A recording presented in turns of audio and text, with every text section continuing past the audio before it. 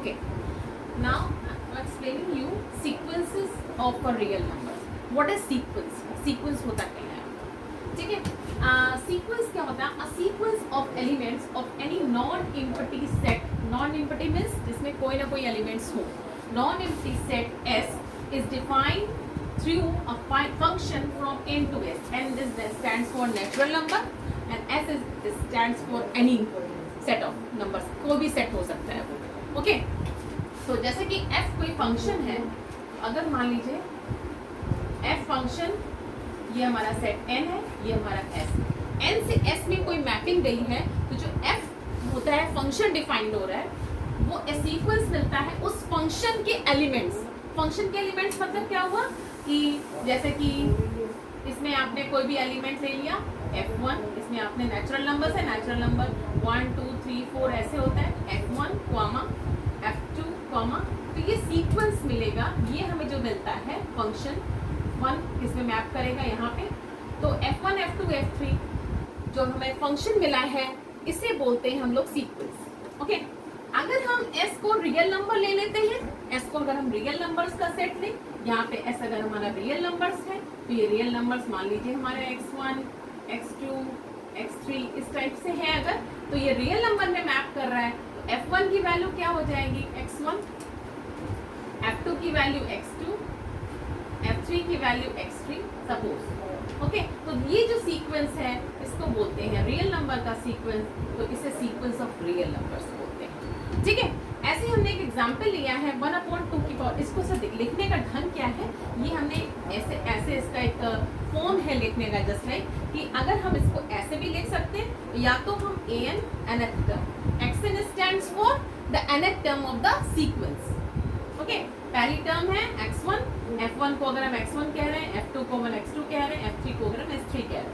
x1 x2 तो हमारे members हैं, लेकिन f1 मैप जो कर रहा है, मतलब कि इसको समझिएगा, f1 जो है वो मैप कर रहा है x1 पे, f2 जो है मैप कर रहा है x2 पे. Okay like this. f3 जो है मैप कर रहा है x3 पे. तो यहाँ जो सीक्वेंस मिल रहा है, इस सीक्वेंस को बोलते हैं हम रियल नंबर, क्योंकि यहाँ पे s अगर हमने रियल नंबर का सेट लिया है तो सीक्वेंस को दिखाते हैं xn टाइम्स. ओके इसको ऐसे भी दिखा सकते हैं, और इसको लिखने का ढंग ये भी होता है कि fn हमने कर दिया, ये भी होता है. There are so many methods. एक हमने क्वेश्चन लिया है, अगर 1/2n है तो 1/2n यहाँ पे स्टैंड्स फॉर नेचुरल. अच्छा सीक्वेंस हमेशा जो आप उसको जो ऑर्डर होता है that will be just like mapping of order जो होता है सेम नेचुरल नंबर के बराबर होता है. मतलब कि हमेशा ये जो सेट होगा वो n stand for natural number होगा. कंडीशन है सीक्वेंस. ओके n की स्टार्टिंग जो लेते हैं वो हमेशा नेचुरल नंबर से लेते हैं. ठीक, तो 1/2 की पावर n है, n को अगर हम नेचुरल नंबर दें तो ये सीक्वेंस किस तरह की होगी, 1/2 की पावर 1, 1/2 की पावर 2, 1/2 की पावर 3. तो जस्ट लाइक ये सीक्वेंस जो हो जाएगी वो कुछ इस तरह की होगी.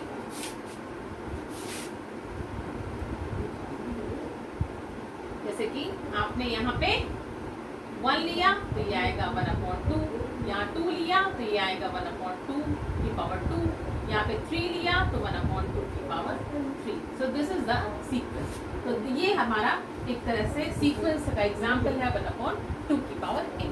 ओके नाउ हाँ ओके तो f is the function mapping n to s, then f defines a sequence. f sequence define करता है when the images are arranged in the natural order of natural numbers. मतलब कि natural numbers के natural order में अगर हम function को लगाते हैं, एग्जाम्पल हमने 1/n लिया, तो अगर मैं यहाँ पे नेचुरल नंबर्स का सेट लिया है, ये तो हमेशा नेचुरल नंबर लेना है, s में भी s कुछ भी हो सकता है. ठीक है, तो 1/n हमने एक एग्जाम्पल लिया है, तो 1/n के हिसाब से 1 मैप करेगा 1/1 में, 2 मैप करेगा 1/2 में, 3 मैप करेगा 1/3 में. तो इस तरह से हम इसको बोलेंगे f1 f2 f3. सो यहाँ पे जो ऐसे यहाँ पे अगर 4 होगा तो ये क्या मैप करेगा 1/4. तो यहाँ जो सीक्वेंस मिल रही है वो सीक्वेंस क्या है 1, 1/2, 1/3, 1/4, this is called sequence. Okay, this is called sequence. तो यहाँ पे आपकी जो सीक्वेंस होती है, तो इस तरह से आप सीक्वेंस को लिखने का तरीका एन भी हो सकता है. Okay, so n is the sequence जिसके एलिमेंट्स, जिसके जो मेंबर्स होंगे, that is what A1, A2, A3 and A4 just like. अगर सेकेंड टर्म सीक्वेंस का कहें, that will be A2. Third term of the sequence is A3. Okay, so I am taking another example -1 की power n. तो -1 की power n में कैसे elements होंगे? n natural number है, तो स्टार्ट कर रहे हैं. n को 1 दिया हमने, -1, 1, -1. तो इट इज नॉट नेसेसरी कि डिफरेंट एलिमेंट्स हो. दिस मे बी पॉसिबल कि रिपीट भी कर सकते हैं सीक्वेंस के element. So sequence is not, अगर आपसे कोई क्वेश्चन पूछे sequence is a function, no, sequence is not a function. Sequence is a defined by an a function. Sequence जो होता है एक फंक्शन के द्वारा डिफाइन किया जाता है. Okay, and is it possible sequence is a set? No, sequence is not a set. Sequence set नहीं होता. Sequence is just like a arrangement. Sequence हमारा एक अरेंजमेंट है. ये देखिए यहाँ पे हमने अरेंज किया है, तो sequence is the arrangement. Okay, now okay, next very important interesting topic is the range of a sequence. किसी सीक्वेंस का रेंज क्या होता है? जैसे कि आपने रेंज, आपने कोडोमेन और कोडोमेन सेट्स में भी पढ़ा था. तो रेंज क्या होती है? जब हमने उसकी इमेज, कोडोमेन के वो एलिमेंट जिनकी प्री इमेज एग्जिस्ट करती है. ओके, तो जिनकी इमेज, जिनकी प्री इमेज एग्जिस्ट करती है, उन्हें रेंज कहते हैं. ओके, सो अगर आपको नहीं याद है तो हम आइडिया दे दे रहे हैं. जैसे दो सेट्स हैं और यहाँ पे अगर हम एग्जाम्पल देखते हैं तो ये दो सेट्स हमने लिए. वो ये है x1, x2, x3, y1, y2, y3. तो अगर मान लीजिए इस तरह से मैपिंग हो रही है, जैसे दो एलिमेंट लिए हैं, ये 1-to-1 मैपिंग है, लेकिन y3 छूट रहा है.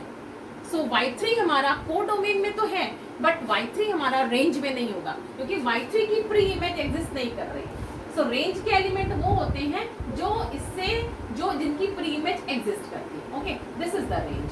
अब नाउ हमें सीक्वेंस की रेंज निकालनी है. तो सीक्वेंस आपका है फंक्शन सीक्वेंस. हम लोग फंक्शन से डिफाइन करते हैं. तो ऐसा फंक्शन जो n to r natural number से रियल नंबर की सीक्वेंस ले रहे हैं, जैसे हमने एग्जांपल लिया. तो रेंज आपकी फाइनाइट भी हो सकती, रेंज आपकी इनफाइनाइट भी हो सकती. रेंज होता क्या है? The set of all distinct terms of a sequence. Range क्या होती है?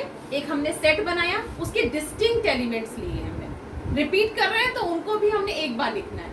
तो वो उसका अगर हम वो सेट बना पा रहे हैं, we are able to find a set. If set is finite, then it is called a finite range. अगर नहीं एबल है तो it is called infinite range. Okay, जैसे कि हमने आपको 1/n बताया था, तो ये सीक्वेंस कैसी थी?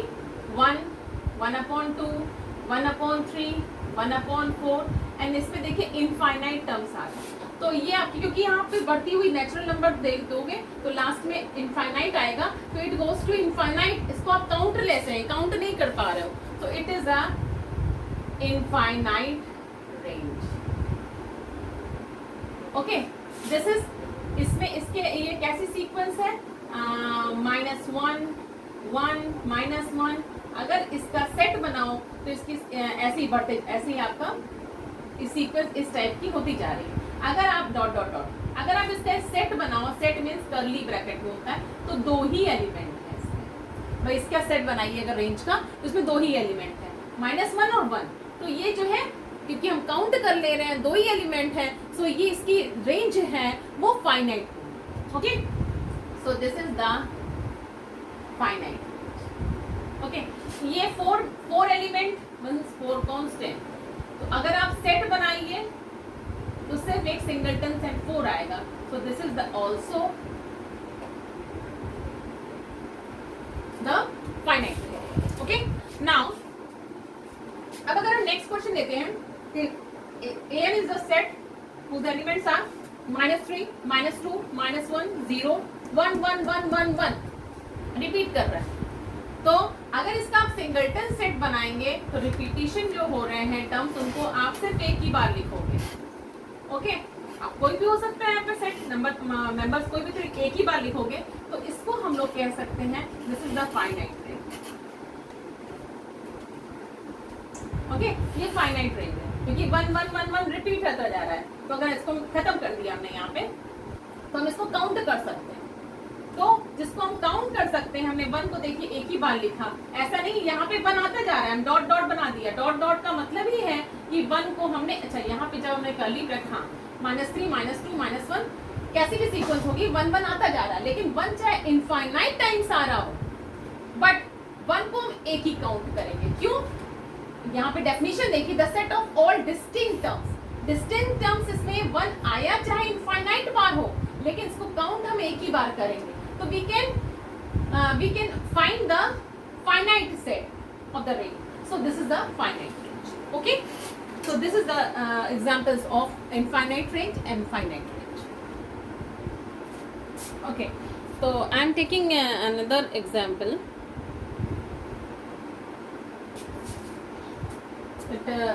Find the range of the an. किसी एक सीक्वेंस की रेंज निकालनी हमको। जो सीक्वेंस है आपका रेंज का सीक्वेंस है, देन लास्ट डिजिट ऑफ 7 की पावर n, मतलब कि लास्ट डिजिट ऑफ 7 की पावर n का हमें रेंज निकालना है। Okay, so last digit of 7 की पावर n मींस उसका सीक्वेंस, उसे सीक्वेंस ऐसा है जो लास्ट डिजिट ऑफ 7 की पावर n है। तो n अगर हमने 1 दिया, सो a1 will be last digit में 7 की पावर 1 करोगे तो 7 ही आएगा। देन n बराबर हमने 2 दिया, देन a2 विल बी आपका हो जाएगा 7 की पावर 2 तो 9 आएगा। लास्ट हमने n बराबर 3 दिया, कुछ भी हो सकता है, हमें सिर्फ फोकस करना है लास्ट डिजिट पे। a3 विल बी 7 की power 3 49 and into 7 3। Okay, n is equal to 4 दिया, तो 7 की पावर 4, 7 की पावर 4 मीन्स आपका हो जाएगा 1। ओके, देन n बराबर हमने यहाँ पे दिया 5, सो सीधे सीधे मल्टीप्लाई करिए लास्ट डिजिट से, 7 का अगेन 7 आ जाएगा, मीन्स n 5 देने में a5 is last digit is 7, then n 6 देने में लास्ट डिजिट इज 7 से अगेन मल्टीप्लाई। अब देखिए ये डिप रिपीट करेगा अगेन, a7 a8 रिपीट करेगा। तो अगर आप इसका रेंज का सेट बनाएं, इसके रेंज के एलिमेंट्स का सेट बनाएं, तो रिपीट कर रहा है। वैसे ये सीक्वेंस जो बन रहा है वो ये बन रहा है कैसा, an जो सीक्वेंस है वो कैसा बन रहा है, 7 9 3 1 comma 7 9 3 1 and so on, repeat करता जा रहा है। ओके, सो रिपीट कर रहा है, तो हमारा जो सीक्वेंस में अगर हम देखें तो इसमें इसकी रेंज का सेट क्या है, तो इसका जो रेंज का सेट है वो हो जाएगा, ओनली 4 एलिमेंट रिपीट कर रहे हैं, तो इसका जो रेंज है वो हो जाएगा कर्ली ब्रैकेट में 7 9 3 1। 7 9 3 1 लिखें, चाहे 1 3 7 9 लिखें, नो इफेक्ट, कोई चेंज नहीं होगा। तो ये आपकी कैसी रेंज है, इसकी फाइनाइट रेंज। ओके, सो ये आपका फाइनाइट रेंज का सेट हो गया। Okay, now again I am moving. Okay, now bounded sequence and unbounded sequence. Bounded sequence means जिसकी बाउंड्री होती है, अनबाउंडेड जिसकी बाउंड्री नहीं होती है। बाउंडेड सीक्वेंस मतलब जिसकी हम लिमिट उसके बाउंडेड अबव तय कर सके, कि कोई एक ऐसा एलिमेंट मिल जाए जिससे सारे एलिमेंट उससे छोटे हों, और कोई ऐसा एलिमेंट मिल जाए जिससे सारे एलिमेंट्स बड़े।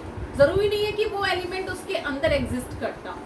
ओके, सो आगे भी डिस्कस करेंगे, पहले डेफिनेशन देख लीजिए। बाउंडेड सीक्वेंस, उसकी रेंज अगर बाउंडेड है तो हम लोग उसको बाउंडेड सीक्वेंस कहते हैं। Bounded above and bounded below, दो चीजें होती हैं, bounded above and bounded below. So what does it mean कि बाउंडेड जो अबव होता है आपका और बाउंडेड बिलो। तो बाउंडेड अबव मीन्स जिसकी हम एक मेंबर चूज कर पा रहे हैं, एक के नंबर ऐसा मिल जा रहा है हमें कैपिटल के, जो जिससे सारे elements an means a1b a2b a3b वो सब एलिमेंट्स इस के से छोटे हों, तो हम लोग कहेंगे कि ये सीक्वेंस बाउंडेड अबव है। और बाउंडेड बिलो मीन्स कि एक ऐसा एलिमेंट हम we are able to find the n element real number that we can say कि हर सीक्वेंस का हर एलिमेंट उससे ज्यादा होता है, तो उसको हम लोग बाउंडेड बिलो बोलते हैं। ठीक, ये इसकी बिलो बाउंडेड है। और अगर हम दोनों एबल हैं ढूंढने में, कैपिटल के एंड स्मॉल के ऑल्सो बोथ एलिमेंट अगर हम एबल हो रहे हैं, तो हम लोग कहेंगे सीक्वेंस बाउंडेड है। ओके, और अगर अगर कोई सीक्वेंस बाउंडेड नहीं है तो वो अनबाउंडेड होती है। Okay, so this is the bounded and okay, so unbounded sequence के लिए अगर कोई सीक्वेंस हमारी बाउंडेड नहीं है तो उसको हम अनबाउंडेड बोलते हैं। बाउंडेड नहीं है मीन्स अगर मान लीजिए कोई सीक्वेंस हमारी बाउंडेड एबव है बट वो बाउंडेड बिलो नहीं है, तभी हम सीक्वेंस को अनबाउंडेड कह सकते हैं। अगर कोई बाउंडेड बिलो है, बाउंडेड एबव नहीं है, तब भी हम उसको सीक्वेंस को अनबाउंडेड कह सकते हैं। मतलब कि 3 टर्म है। पहला टर्म है अनबाउंडेड सीक्वेंस, या फिर कह सकते हैं बाउंडेड एबव सीक्वेंस को भी अनबाउंडेड बोलेंगे, और बाउंडेड बिलो सीक्वेंस। ओके, ये सब एक ही कैटेगरी में आती हैं। क्या? आपकी अनबाउंडेड सीक्वेंस, मतलब कि अनबाउंडेड को आप नॉट बाउंडेड भी बोल सकते हैं। ये तीनों चीजें आती हैं अनबाउंडेड।